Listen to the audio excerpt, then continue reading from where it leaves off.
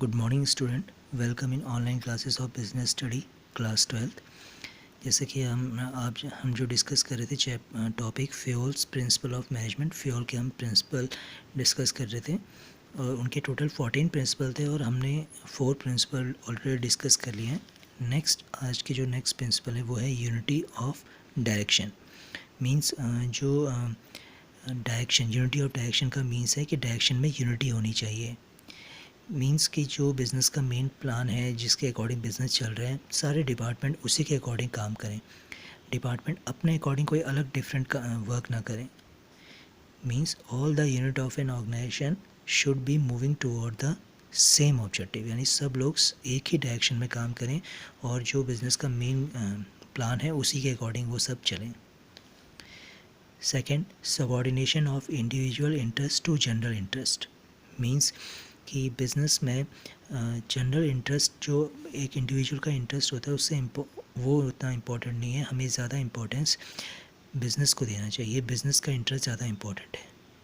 Means अपने profit या अपने बेनिफिट को ध्यान में नहीं रखना चाहिए, बल्कि बिज़नेस के बेनिफिट या बिज़नेस के प्रॉफिट को ध्यान में रखकर वर्क करना चाहिए।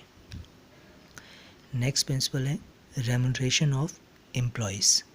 मींस जो एम्प्लॉयज़ हैं उनको हेनरी फ्यूल का ये बिलीव था कि जो एम्प्लॉयज़ हैं उन्हें जो सैलरी मिल रही है वो बेटर वे में हो, अच्छी हो, ताकि वो अपने आप को अच्छे से सर्वाइव कर सकें। बेटर सैलरी उन्हें प्रोवाइड कराना, बेटर वर्किंग कंडीशंस देना। तो इस प्रिंसिपल में हेनरी फ्यूल का यही बिलीव था कि एम्प्लॉयज़ को अगर हम बेटर सैलरी और बेटर वर्किंग इन्वायरमेंट देंगे तो वो अच्छे से वर्क करेंगे। नेक्स्ट प्रिंसिपल है सेंट्रलाइजेशन एंड डिसेंट्रलाइजेशन। सेंट्रलाइजेशन का मीनिंग है कि सारा कंट्रोल, सारी पावर एक ही पर्सन के पास हो, और डिसेंट्रलाइजेशन का मीन्स है पावर को डिस्ट्रीब्यूट किया जाए। तो हेनरी फ्यूल का बिलीव था कि बिज़नेस इस तरीके का होना चाहिए कि जो बिज़नेस के मेन वर्क हैं या जो मेन डिसीज़न लेना है, जैसे ब्रांचेस को डेवलप करना या फिर न्यू प्रोडक्ट्स को लॉन्च करना या मार्केटिंग का कोई इम्पोर्टेंट स्ट्रेटजी लेना, वो मेन डिसीज़न टॉप लेवल के लोग लें, और जो बाकी के अदर डिसीजंस हैं, नॉन कोर डिसीजंस हैं, वो अदर डिपार्टमेंट के मैनेजर्स को हैंडओवर किया जाए। यानी सेंट्रलाइजेशन एंड डिसेंट्रलाइजेशन दोनों बिजनेस के लिए इम्पॉर्टेंट हैं। नेक्स्ट है स्केलर चेन। स्केलर चेन में ये हेनरी फ्यूल का मानना था कि जो भी बिज़नेस में वर्क है वो फॉर्मल तरीके से रूल्स एंड रेगुलेशन के अकॉर्डिंग हो।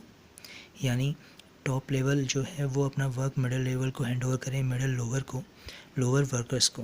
वर्कर को कोई प्रॉब्लम है तो वर्कर चेन वाइज पहले लोअर लेवल को बताए, फिर मिडिल, फिर टॉप। यानी सारा वर्क फॉर्मल तरीके से और रूल और रेगुलेशन को फॉलो करते हुए चले। स्केलर चेन में एक बड़ी दिक्कत थी कि अगर हम रूल फॉलो करते हैं तो कभी कभार उसमें जो इम्पोर्टेंट डिसीजन होता है उसमें डिले हो जाते हैं। तो इसीलिए उसका सॉल्यूशन था गैंग प्लैंक में हेनरी फ्यूल का बिलीव था कि बहुत ही इमरजेंसी है तो वहाँ पे हम चेन ऑफ कमांड को फॉलो करने की बजाय डायरेक्ट हम अपने सीनियर से कांटेक्ट कर सकते हैं। यानी वर्कर डायरेक्ट मिडिल लेवल से या फिर टॉप लेवल से कांटेक्ट कर सकता है अगर इम्पोर्टेंट है बिजनेस से रिलेटेड। तो ये था स्केलर चेन प्रिंसिपल। आज जो हमने प्रिंसिपल डिस्कस किए हैं, यूनिटी ऑफ डायरेक्शन, एक ही जो सारे बिज़नेस हैं, जो सारे डिपार्टमेंट हैं, वो एक ही प्लान, जो बिज़नेस का मेन प्लान है उसी पे फोकस होकर काम करें। Subordination of individual interest to general interest. Business ज़्यादा इम्पॉर्टेंट है, बिज़नेस का बेनिफिट ज़्यादा इम्पॉर्टेंट है, और अपने बेनिफिट से ज़्यादा बिज़नेस के बेनिफिट को हमें फोकस करना चाहिए। रेम्यूनरेशन ऑफ एम्प्लॉयज़, वर्कर को बेटर सैलरी देनी चाहिए, बेटर वर्किंग कंडीशन देना चाहिए ताकि वो सर्वाइव कर सके और बिज़नेस को अच्छा रिजल्ट दे सकें। सेंट्रलाइजेशन एंड डिसेंट्रलाइजेशन, सेंट्रलाइजेशन सारा कंट्रोल एक हेड के पास, डिसेंट्रलाइजेशन कंट्रोलिंग पावर को डिस्ट्रीब्यूट करना। तो बिज़नेस के लिए दोनों इंपॉर्टेंट हैं। मेन जो वर्क है वो सेंट्रलाइज हो, वहाँ पे सिर्फ टॉप लेवल इसको देखें, और जो अदर नॉन इम्पोर्टेंस वर्क हैं उसमें डिसेंट्रलाइज हो, उसमें मैनेजर्स को वो चीज़ हैंडओवर कर दी जाए, वो वर्क हैंडओवर कर दिया जाए। स्केलर चेन, जो भी वर्क है वो चेन वाइज होना चाहिए, टॉप मिडल लोअर, लेकिन अगर इमरजेंसी है तो वहाँ हम इस चेन को फॉलो नहीं कर सकते, हम डायरेक्ट कांटेक्ट कर सकते हैं बिना चेन को फॉलो करें। तो वो सॉल्यूशन था gangplank. I hope you have understood this topics. That's it for today. Thanks for watching.